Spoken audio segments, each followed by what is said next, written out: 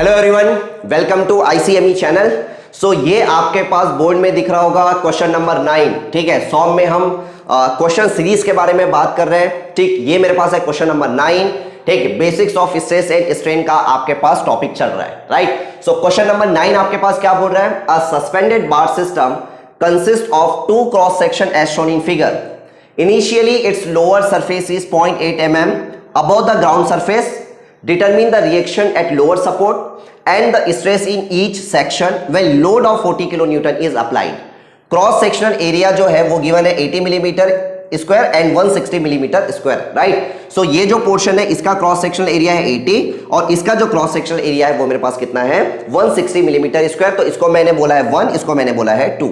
Length आपको given है और ये गैप भी आपको दिख रहा है कितना है 0.8 mm, राइट। सो सबसे पहले आपको क्या करना है, आपको रिएक्शंस फाइंड आउट करने हैं। और रिएक्शन फाइंड आउट करने के लिए सबसे पहले आपको ये देखना पड़ेगा कि ये जो कंप्लीट असेंबली है, इस कंप्लीट असेंबली में इस 40 किलो न्यूटन लोड के कारण से जो एलोंगेशन हो रहा है वो एलोंगेशन कितना है, ये आपको पहले फाइंड आउट करना पड़ेगा, राइट। सो दो केस पॉसिबल है। क्या पॉसिबल है? अगर मैं टोटल एलोंगेशन फाइंड आउट करता हूं, टोटल एलोंगेशन अगर फाइंड आउट करता हूं जिसको मैं डेल्टा एल बोल रहा हूं, सो दो पॉसिबिलिटीज है। या तो डेल्टा एल जो होगा दैट इज लेसर देन और इक्वल टू 0.8 mm होगा, या तो जो डेल्टा एल है वो ग्रेटर होगा 0.8 mm से। ठीक, डेल्टा एल लेसर देन और इक्वल टू होगा 0.8 mm या फिर डेल्टा एल जो है वो ग्रेटर है 0.8 mm से। दो पॉसिबिलिटीज है, राइट। अगर आपके पास डेल्टा एल जो है वो लेसर है या इक्वल है 0.8 mm से, सो डेफिनेटली जो ग्राउंड है इस ग्राउंड से कोई भी सपोर्ट रिएक्शन नहीं आने वाला है। ये जो ग्राउंड है इस ग्राउंड से कोई भी रिएक्शन नहीं आएगा। सो उस केस में अगर मैं बोलूंगा तो रिएक्शन कहां से आएगा? रिएक्शन सिर्फ और सिर्फ यहां से आएगा। जो लोअर सरफेस है इस लोअर सरफेस से कोई भी रिएक्शन नहीं आने वाला है, क्योंकि टच कर ही नहीं रहा है या फिर जस्ट टच कर रहा है। ठीक है, अगर बराबर इक्वल टू 0.8 mm हो गया तो जस्ट टच कर रहा है, और अगर आपके पास लेस देन 0.8 mm है तो टच कर ही नहीं रहा है। तो क्या यहां से कोई रिएक्शन आएगा? क्या कोई भी रिएक्शन नहीं आएगा। सो ऐसे केस में क्या हो जाएगा? ऐसे केस में जो आरडी है वो क्या हो गया 0 के बराबर, और आरए जो होगा वो किसके बराबर हो जाएगा 40 किलो न्यूटन के बराबर होगा। जो लोड आपने अप्लाई किया हुआ है वही ए पे क्या होगा रिएक्शन होगा। लेकिन अगर डेल्टा एल जो है अगर ग्रेटर है 0.8 mm से, सो डेफिनेटली आपके पास लोअर सरफेस से भी रिएक्शन आएगा। सो आरडी प्रेजेंट होगा और आरए भी क्या होगा आरए प्रेजेंट होगा, और इन दोनों का जो समीशन है आरए प्लस आरडी, इन दोनों का जो समीशन है वो किसके बराबर होगा 40 किलो न्यूटन के बराबर होगा। बात समझ में आ रहा है? ठीक है, अगर डेल्टा एल जो है वो ग्रेटर है 0.8 mm से तो आरडी भी पिक्चर में आएगा। मतलब आपके पास जो ग्राउंड है या लोअर सरफेस है, लोअर सरफेस से रिएक्शन आएगा। ठीक है, सो यहां से रिएक्शन आएगा, यहां से रिएक्शन आएगा, और उन दोनों रिएक्शन का जो समीशन है वो किसके बराबर होगा? वो होगा 40 किलो न्यूटन के बराबर। सो अब आपको चेक करना है, चेक ये करना है कि आपके पास ये कंडीशन है या ये कंडीशन है, दोनों में से कौन सी कंडीशन है ये आपको चेक करना है। सो क्या फाइंड आउट करना है? आपको फाइंड आउट करना है टोटल एलोंगेशन। आपको क्या फाइंड आउट करना है? आपको फाइंड आउट करना है टोटल एलोंगेशन। आपको टोटल एलोंगेशन फाइंड आउट करना है। सो टोटल एलोंगेशन क्या हो जाएगा? Delta L A B member plus delta L, ये हो गया क्या? ये हो गया बीसी मेंबर। यहां से मैं क्या फाइंड आउट कर सकता हूं? यहां से मैं टोटल एलोंगेशन जो है वो फाइंड आउट कर सकता हूं, राइट। अब देखो इसके लिए मेरे को क्या करना पड़ेगा? मेरे को फ्री बॉडी डायग्राम बनाना है। सो फ्री बॉडी डायग्राम अगर आप बनाओगे तो सबसे पहले अगर मैं बीसी मेंबर का फ्री बॉडी डायग्राम बनाऊं, राइट, ये मेरे पास हो गया बीसी मेंबर। चलो, this is the BC member, ये हो गया बी और ये हो गया सी। बीसी मेंबर का फ्री बॉडी डायग्राम बनाओगे तो यहां पे कोई लोड तो है नहीं। अगर यहां पे कोई लोड नहीं है तो डेफिनेटली यहां पे भी कोई लोड नहीं आएगा। ठीक है, इक्विलिब्रियम की कंडीशन में अगर यहां पे लोड नहीं है तो यहां पे भी लोड नहीं आएगा। अगर ए बी मेंबर में अगर आप देखते हो, अगर ए बी मेंबर का अगर हम फ्री बॉडी डायग्राम बनाए ए बी मेंबर का, चलो ये मेरे पास हो गया ए बी मेंबर का। अब ए बी मेंबर में अगर देखोगे तो यहां पे कितना है भाई? यहां पे जो रिएक्शन आएगा वो आर ए के बराबर होगा।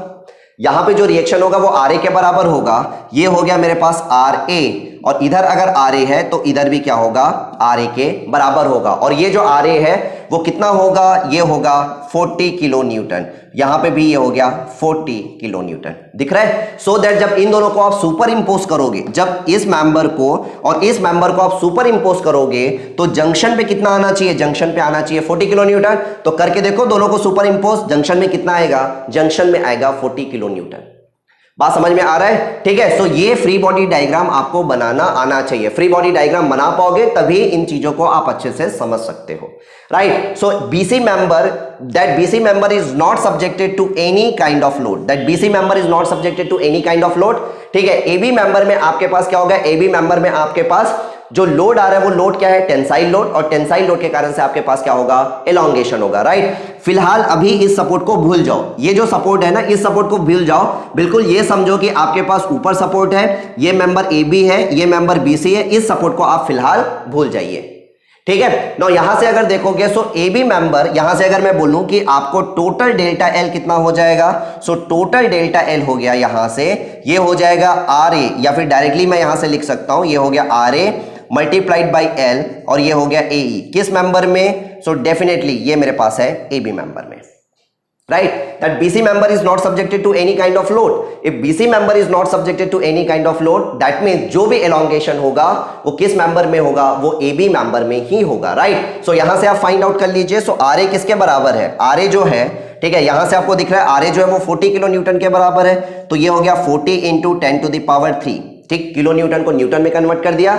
लेंथ मेरे पास कितना है, 1.2 मीटर, सो ये हो गया 1.2 इंटू 10 टू द पावर, ये हो गया 3 millimetre, divided by cross sectional area, AB member का क्रॉस सेक्शनल एरिया मतलब 1 मैंने बोला था, ये हो गया मेरे पास कितना, ये हो गया मेरे पास 80 multiplied by 80 millimetre square, right. ई मेरे पास कितना गिवन है, 200 giga pascal, that means it is 200 into 10 to the power 3 newton per mm square, यही आएगा, ठीक है। सो यहां से आप सॉल्व करेंगे और यहां से सॉल्व करने के बाद आप देखेंगे कि डेल्टा L जो है वो कितना आ रहा है, राइट। सो यहां से आप ऑब्जर्व कर सकते हो कि डेल्टा L 0.8 mm से कम आ रहा है या 0.8 mm से ज्यादा आ रहा है, राइट। सो यहां से अगर आप सॉल्व करोगे तो आई थिंक मेरे को लगता है ये आना चाहिए कितना, ये आ रहा है 3 mm के आसपास आ रहा होगा, ठीक है। अब एक बार चेक कर लेना आंसर आपके पास 3 mm, बोलने का मतलब क्या है कि जो डेल्टा L है वो डेल्टा L मेरे पास क्या आ रहा है, 0.8 mm से क्या आ रहा है, 0.8 mm से ज्यादा आ रहा है। और 0.8 mm से अगर ज्यादा आ रहा होगा सो डेफिनेटली देखो, पहले मैंने बोला सपोर्ट को भूल जाओ,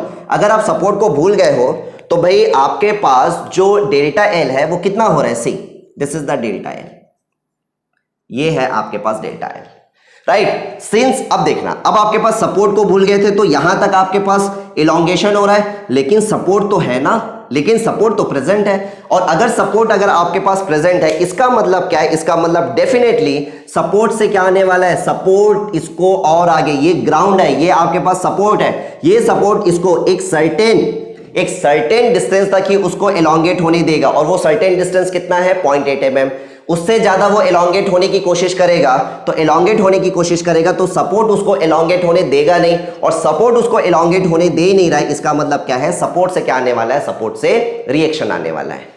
getting my point, right. So इसका मतलब ये है कि भाई डेल्टा L सिंस 0.8 mm से ज्यादा आ रहा है, and that is the reason कि आपके पास ये जो सपोर्ट है, इस सपोर्ट से क्या होगा, इस सपोर्ट से रिएक्शन आने वाला है। कौन से सपोर्ट से, लोअर वाले सपोर्ट से, राइट। अब देखो, अब आपके पास यहां से दिख रहा होगा RA प्लस RD किसके बराबर आ गया, 40 किलो न्यूटन के बराबर।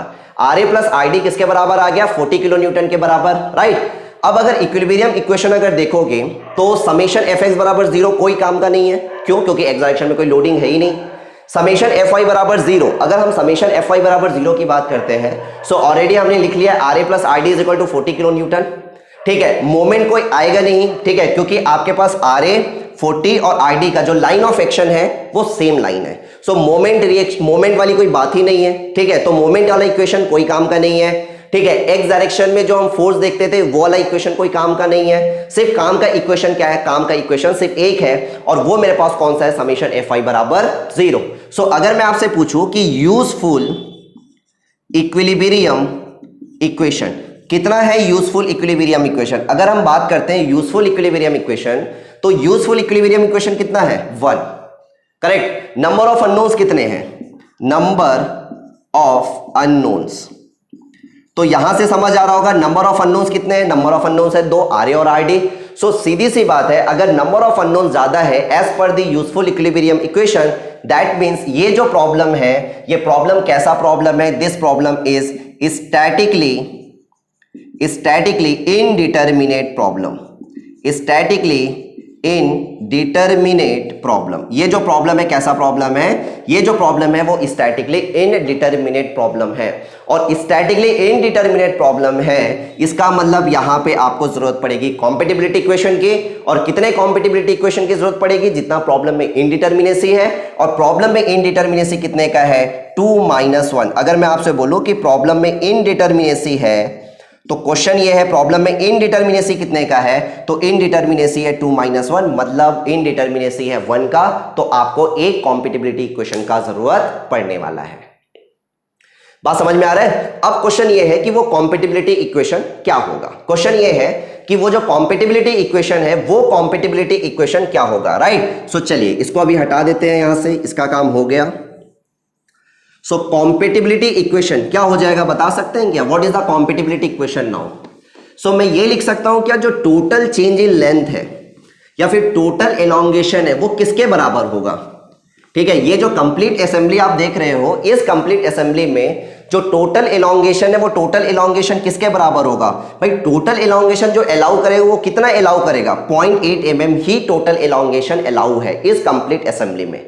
सो यहां से मैं बोल सकता हूं कि जो कॉम्पेटिबिलिटी इक्वेशन है, दैट कॉम्पेटिबिलिटी इक्वेशन क्या है, compatibility equation that total change in length, total change in length, ठीक, टोटल चेंज इन लेंथ, या फिर आप बोल सकते हो total allowable change in length, total allowable change in length, ये कितना है, ये आपके पास 0.8 mm ही है, 0.8 mm ही है, राइट। अब यहां से आपके पास total allowable change in length, तो सीधी सी बात है, ये मेंबर में भी आपके पास चेंज इन लेंथ होगा, इस मेंबर में भी चेंज इन लेंथ होगा। अगर आप फ्री बॉडी डायग्राम बनाओगे, तो फ्री बॉडी डायग्राम अगर आप बना रहे हो, तो देखो सबसे पहले ये मेरे पास हो गया कौन सा मेंबर, ये मेरे पास हो गया ए बी मेंबर, करेक्ट। ये मेरे पास ए बी मेंबर है, और ये मेरे पास कौन सा मेंबर है, ये मेरे पास है बी सी मेंबर, करेक्ट है। ये मेरे पास हो गया क्या, ये मेरे पास हो गया ए बी मेंबर, और ये हो गया मेरे पास बी सी मेंबर। ना ए बी मेंबर का अगर फ्री बॉडी डायग्राम बनाओगे, तो यहां पे क्या लगा हुआ है, आर ए, तो इधर भी क्या लग जाएगा, आर ए, सो दैट कि आपके पास अगर ये कंप्लीट असेंबली अगर आपके पास स्टैटिक इक्विलिब्रियम में है, सिंस है, ठीक है, क्योंकि आप समीशन Fy बराबर 0 आप यूज कर रहे हो, तो भाई सीधी सी बात है, ये कंप्लीट असेंबली आपके पास इक्विलिब्रियम में है, दैट मींस इसका each segment is also in equilibrium, ठीक है। अगर ये पूरा का पूरा जो असेंबली है वो कंप्लीट स्टैटिक इक्विलिब्रियम में है, इसका मतलब क्या है, each segment is also in static equilibrium. So यहां पे अगर आर ए लगा हुआ है, तो स्टैटिक इक्विलिब्रियम में लगने के लिए यहां पे भी क्या लगाना पड़ेगा, आर ए लगाना पड़ेगा, क्लियर है। अच्छा, यहां से आपके पास सी पे नीचे से क्या आ रहा होगा, नीचे से आपके पास सपोर्ट रिएक्शन आ रहा है, आईडी, करेक्ट। सो अगर ये यहां से आईडी आ रहा है, तो अगेन स्टैटिक इक्विलिब्रियम में रखने के लिए इधर से भी क्या होगा, इधर से भी होगा आईडी। बात समझ में आ रहा है, ठीक है। अब देखो, अब यहां से अगर देखोगे, तो ये मेरे पास A B member, now this is B C member, that A B member is subjected to tensile load and B C member is subjected to compressive load, right. So यहां पे अगर आप देखोगे, तो क्या मैं ऐसा लिख सकता हूं क्या, ये हो जाएगा डेल्टा एल, ठीक है, total allowable change in length, so delta L A B member, और ये हो गया delta L B C member, and this is equal to 0.8 mm, right है भाई, ठीक है। अब देखो ए बी मेंबर में क्या हो रहा है, अभी मैंने साइन कंसीडर नहीं किया है, ठीक है, इसलिए मैंने ऊपर बार लगाया है। अभी मैं साइन कंसीडर करूंगा तो मैं बार को हटा दूंगा, ठीक है ना। ए बी मेंबर में यहां पे देखोगे, तो ए बी मेंबर में यहां पे क्या आ जाएगा, ये हो गया भाई R A multiplied by L, ये हो गया ए ई, ठीक, कौन से मेंबर का, ए बी मेंबर का, राइट। नाउ बीसी मेंबर में देखो, that BC member is subjected to compressive load, now BC member is subjected to compressive load, so ये हो गया आर डी मल्टीप्लाइड बाई ये हो गया एल, ये हो गया ए ई, और कौन से मेंबर का, ये हो गया बीसी मेंबर का, दिस इज 0.8 mm, क्लियर है पॉइंट, राइट। चलो अब यहां से अगर देखोगे, तो R A multiplied by A B member का लेंथ कितना है, ए बी मेंबर का जो लेंथ था, ये मेरे पास था 1.2 metre, divided by what is the area, that area is nothing but the 80 millimetre square A B member का। अच्छा, एक चीज और समझना यहां से, अगर आप मिलीमीटर में लेके चलना चाहते हो तो ज्यादा आसान पड़ेगा, ऐसा लगता है, राइट। सो ये हो गया 1.2 इंटू 10 टू द पावर 3, ये हो गया मिलीमीटर में कन्वर्ट। एरिया मेरे पास कितना गिवन है, 80 millimetre square, 80 millimetre square multiplied by, now what is the modulus of elasticity, 200 giga pascal, और इसको आप लिख सकते हो कितना, 200 इंटू ये हो जाएगा 10 to the power 3 newton per mm square, लिख सकते हो आप ऐसा। तो ये हो जाएगा 200 into 10 to the power 3 minus R D multiplied by length कितना है, ये मेंबर है 2.4 metre, so 2.4 into 10 to the power 3 millimetre divided by, now what is the area, 160 into ये हो जाएगा 200 into 10 to the power 3, right, is equal to 0.8 mm। ये आ गया, right. अब देखो, अब आपके पास आरए और आरडी के बीच में एक रिलेशन और था। कौन सा रिलेशन था आरए और आरडी के बीच में, R A plus R D is equal to क्या था, 40 इंटू 10 टू द पावर 3, ठीक है, किलो न्यूटन में था, न्यूटन में कन्वर्ट कर लिया क्योंकि यहां पे आपके पास न्यूटन में है, राइट। सो यहां से ये मेरे पास इक्वेशन नंबर ए था, ये मेरे पास इक्वेशन नंबर बी था। दो इक्वेशन है, इक्वेशन ए और equation B. Solve equation A और equation B, right. So from equation A and equation B, क्या इक्वेशन ए और इक्वेशन बी को आप सॉल्व कर सकते हो क्या? सो इक्वेशन ए और इक्वेशन बी को अगर आप सॉल्व करोगे तो यहां बड़ी आसानी से आप आर ए बता सकते हो और आर डी बता सकते हो। तो किस में आ जाएगा, यहां से अगर सॉल्व करोगे तो न्यूटन में आ जाएगा। बात समझ में आ रहा है? ठीक है, यहां पे आप देखोगे तो सिर्फ एक अननोन है, आर डी को आप लिख सकते हो in terms of R A, तो यहां पे सिर्फ एक अननोन बचेगा, ठीक, उस अननोन को आप फाइंड आउट कर सकते हो। सो इक्वेशन ए और इक्वेशन बी को आप सॉल्व करिए और इक्वेशन ए और इक्वेशन बी को सॉल्व करके आप बता सकते हो कि आर ए कितना आएगा और आर डी कितना आएगा। और आर ए और आर डी एक बार पता चल गया, ठीक है, आर ए और आर डी अगर मेरे को पता चल गया तो मैं स्ट्रेस भी फाइंड आउट कर सकता हूं। कैसे फाइंड आउट कर सकता हूं स्ट्रेस, मैं कैसे फाइंड आउट कर सकता हूं स्ट्रेस? तो भाई सीधा सा बात है, ठीक है, अगर मैं ए बी मेंबर में बोलता हूं तो ए बी मेंबर में क्या हो जाएगा, ये हो गया R A divided by what is the cross sectional area of the member, ये हो जाएगा 80, यही दिया है, and this is equal to, तो ये किस में आ जाएगा, यहां से अगर देखोगे अगर ये न्यूटन में आया है तो ये आ जाएगा न्यूटन पर mm स्क्वायर। अच्छा, टेंसाइल होगा या कंप्रेसिव, ये होगा टेंसाइल।